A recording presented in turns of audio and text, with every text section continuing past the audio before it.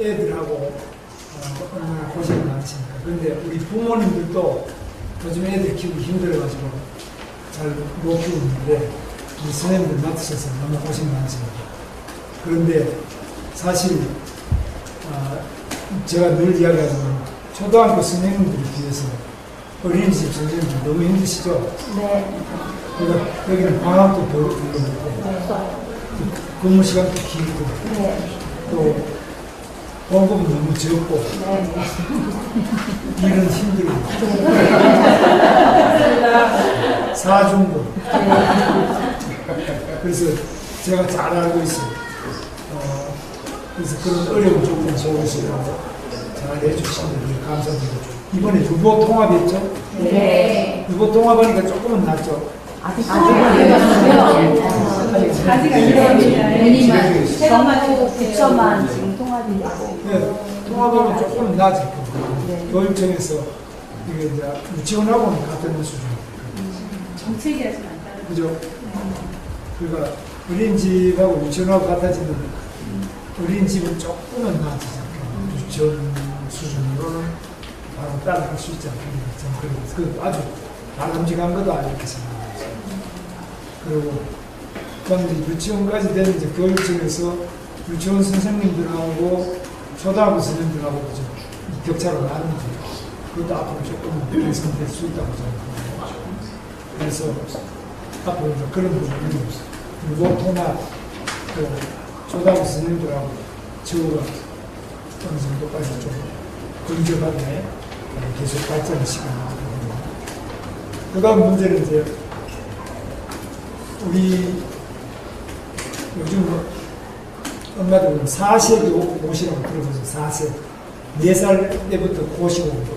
4세 고시가 4살 때부터 수학 공부해가지고 고가대학 보내려고 수학 가르치고 4살부터 어린이 영어학교 영어하고 이런 데 보내고 그래서 4살 때부터 막 학원에 뺑뺑 돌리고 이렇게 하는 조금 심한 거 아니냐 보는데 이런 걸 막기 위해서는 저는 제가 가지고 있는 생각은 공교육을 조금 더 정상화하죠.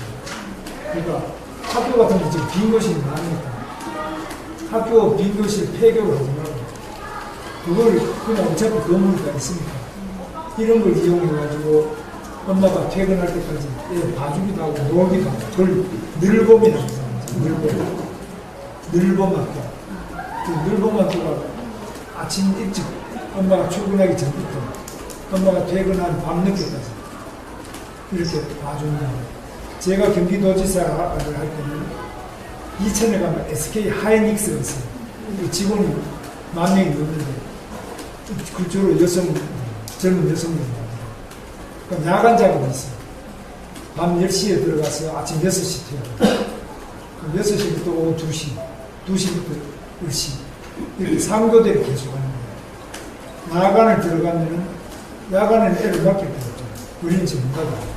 그래서 제가 그 회사하고 같이 해서 회사가 땅하고 건물을 짓고 우리가 이제 어린이 선생님들 채용을 해서 하는데 이천에는 서울이 아니기 때문에 선생님들이 안 와요. 끝까지 시골이니까. 그러면 그 선생님들 사택을 지어줍니다. 그 회사 기숙사 아파트입니다. 그 아파트를 선생님들 쓸 수 있게 기숙사를 드리는 거예요. 그래가지고 서울에 있는 거의 이사를 와서 밤에 일해야 됩니다.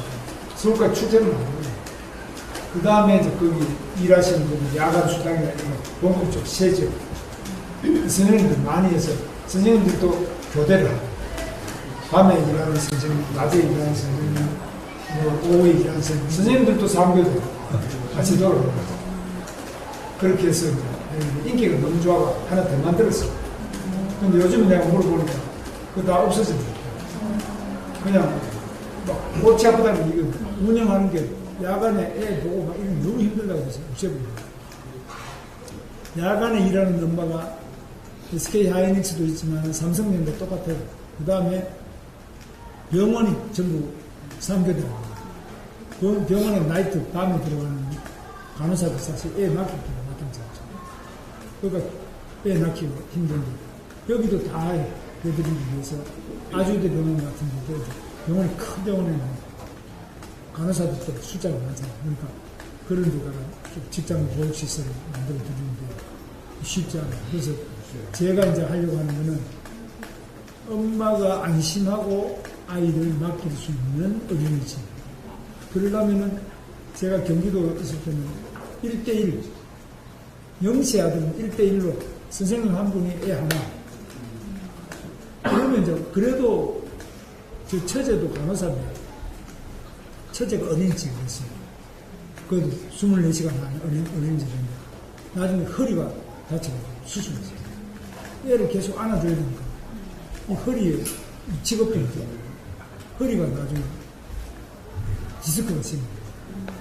수술 따고 그러는데 사실 애 본다는 게 이게 쉬운 게 아니에요.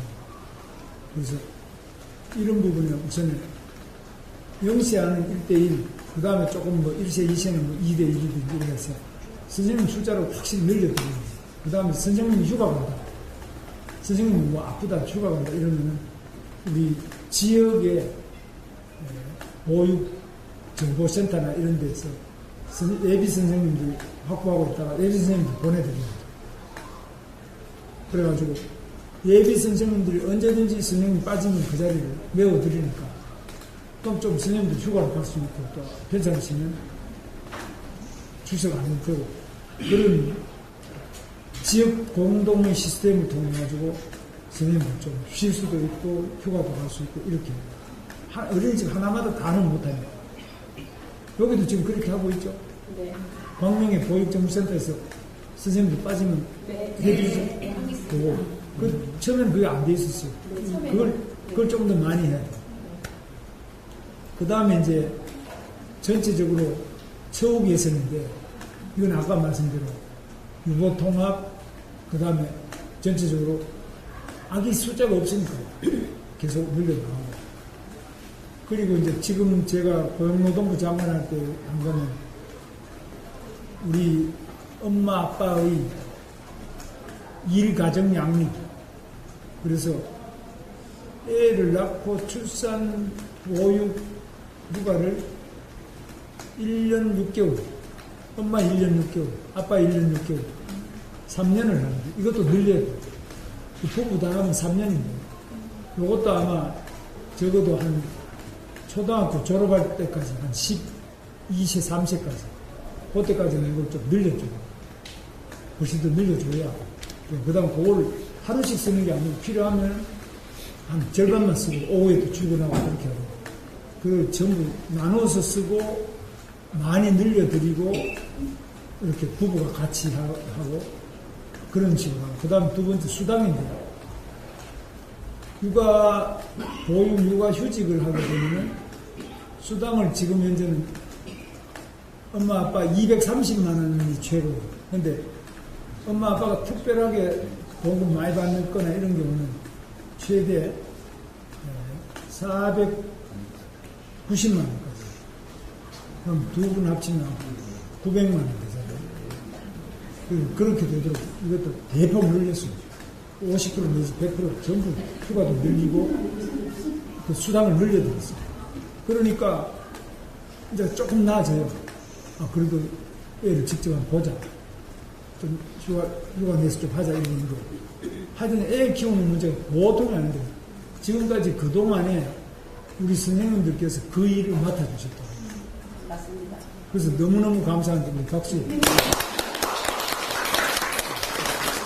제가 앞으로 저는 이제 어린이집이라는 제도가 생기기 전에 교사 제도나 뭐 이런 거 생기기 전에 우리 필요에 의해서 우리 딸하고 제 이제 친구들 그때 운동하던 친구들 아이들 키우려고 우리가 만들어 놓은 것이 바로 광명 철사님 그리고 청계천의 병화시장 옆에 그 다음에 쌍문동 판잣집 옆에 그리고 뭐 부산에 고무공장 있는 많은 그 고무공장에 대구에도 바로 삼공단이라고 있어요. 공단 옆에 그 다음에 대전에도 공간이 많은 지역에 광주에도 공장 많은 지역, 인천의 부평공단 옆에, 그 다음에